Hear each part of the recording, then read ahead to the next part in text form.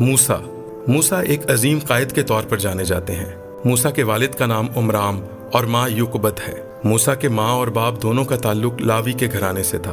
لاوی یعقوب کا بیٹا تھا اور یوسف کا بھائی تھا، یعنی موسیٰ کا تعلق بھی ابراہیم کی نسل یعقوب کے گھرانے سے تھا۔ موسیٰ کو حلیم شخص کہا جاتا ہے۔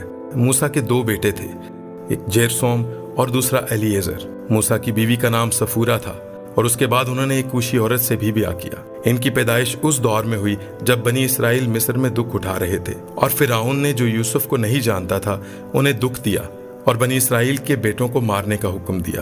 موسیٰ کی ماں انہیں ایک ٹوکرے میں ڈال کر دریا کے کنارے جھاؤ میں چھوڑ آئی۔ فرعون کی بیٹی نے وہاں اس ٹوکرے کو دیکھا اور وہاں پر انہیں موسیٰ ملا، اور وہاں سے موسیٰ کو اپنے گھر لے آئیں اور اس کی پرورش کی۔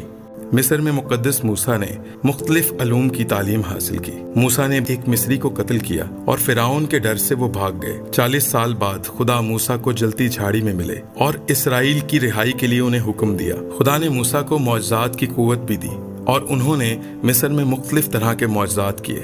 مقدس موسیٰ نے فرعون سے کہا کہ وہ بنی اسرائیل کو خدا کے حکم کے مطابق وہاں سے لے کر جانا چاہتے ہیں۔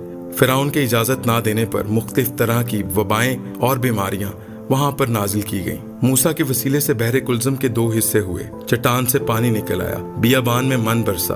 2 مرتبہ 40 دن کے لیے وہ خدا کے حضور کوہ سینا پر گئے۔ وہاں پر انہیں 10 احکام اور شریعت بھی دی گئی۔ خدا موسیٰ سے روبرو بات کرتے تھے۔ مقدس موسیٰ نے خیمہ اجتماع کے مسکن کو کھڑا کیا۔ استثنا کی کتاب اس کے 34ویں باب میں ہمیں ذکر ملتا ہے کہ موسیٰ نے مواب کے ملک میں وفات پائی۔ مقدس موسیٰ کی کل عمر 120 برس ہوئی، اور نہ ان کی آنکھ دھندلانے پائی اور نہ ہی ان کی قوت میں کمی آئی۔ نئے عہد نامے میں بھی یسوع مسیح نے بہت جگہوں پر موسیٰ کا ذکر کیا، یہاں تک کہ وہ واقعہ جب یسوع مسیح کی صورت بدل گئی تو ان کے ساتھ پترس، یعقوب اور یوحنا نے موسیٰ اور ایلیا کو ان سے باتیں کرتے ہوئے دیکھا۔ عبرانیوں کے خط میں مقدس موسیٰ کے ایمان کا ذکر ملتا ہے۔ مقدس موسیٰ کی لاش کے لیے میکائیل اور ابلیس کے درمیان بحث و تکرار ہوئی۔ مکاشفہ کی کتاب میں بھی ہمیں موسیٰ کا ذکر ملتا ہے۔